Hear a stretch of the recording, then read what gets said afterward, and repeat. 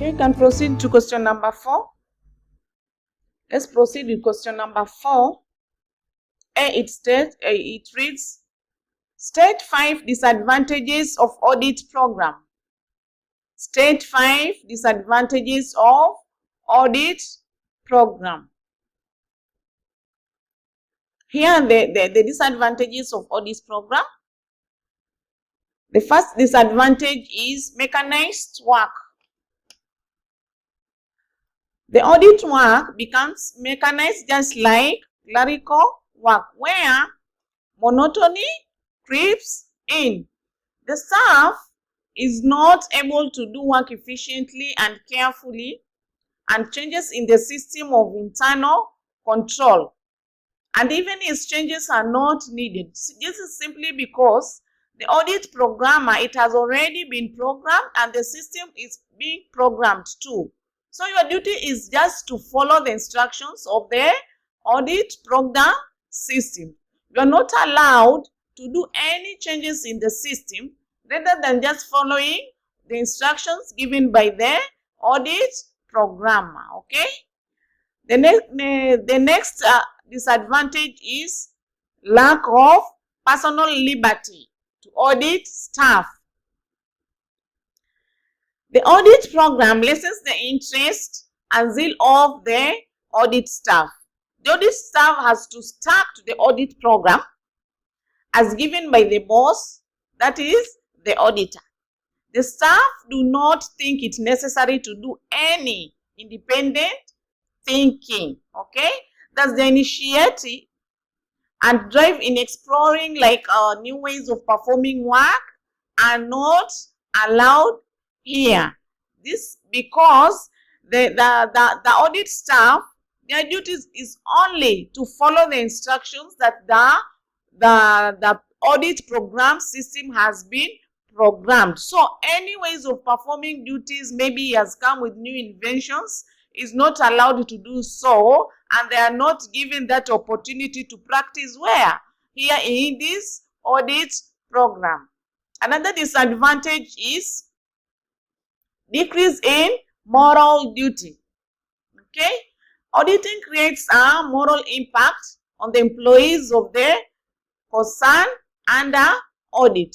The audit program, it lessens the importance of the audit because these employees come to know the scope of the audit, and when they come to know the scope of the audit, as they keep on doing the same duty, the same activity, the same process and procedure every now and then, they now become careless with the duties, okay, or the scope of the audit.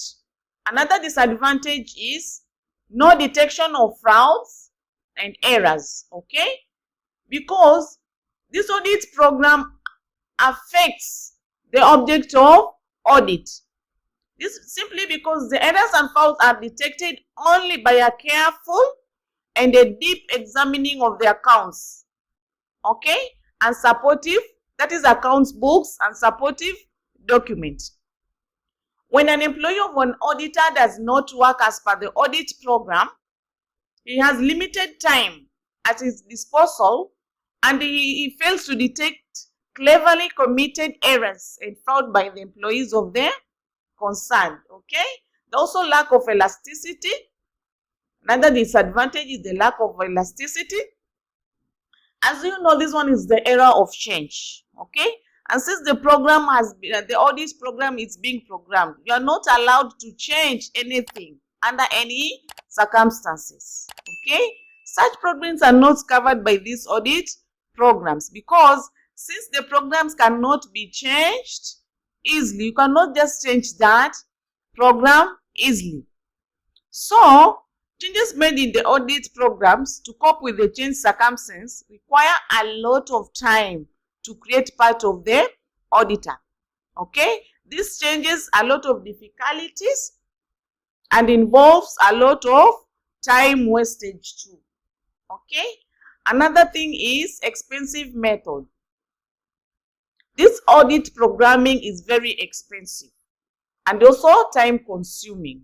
So preparation of audit of time, okay, and it's also the implementation of these programs entails a lot and also requires a lot of time, which increases the expenses of the concerned organization. Okay, I think those are the disadvantages of audit program. Let's go to the other question. That is question number 4, part B. It reads, name 5 precautionary measures that could help to overcome the limitation of audit program. Okay, should give the precautionary measures that could help to overcome the limitation of audit program. Here is the answer.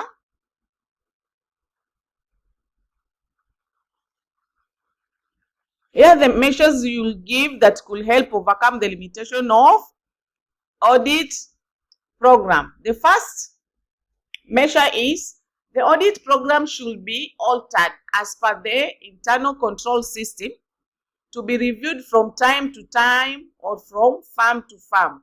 Here the auditor should be allowed to alter the system, okay, and enable it to be reviewed time to time or from firm to firm. Next precautionary measure is the auditor should also revise the system, and when the client has adopted a new line of action. When the client have adopted a new line of action, the auditor should be allowed to review the system. Okay. Another action is the assistant should be consulted while preparing the audit program. Okay.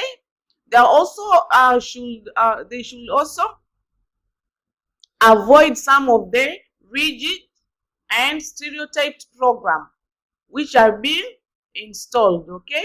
Then another precaution measures is audit assistants, while they're actually using the audit program, should really feel that they are also part of their discretion in practice. Okay, they should not be left out.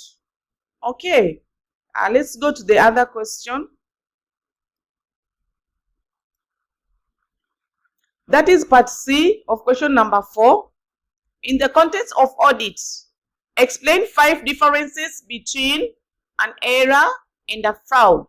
In context of an audit, explain 5 differences between an error and a fraud.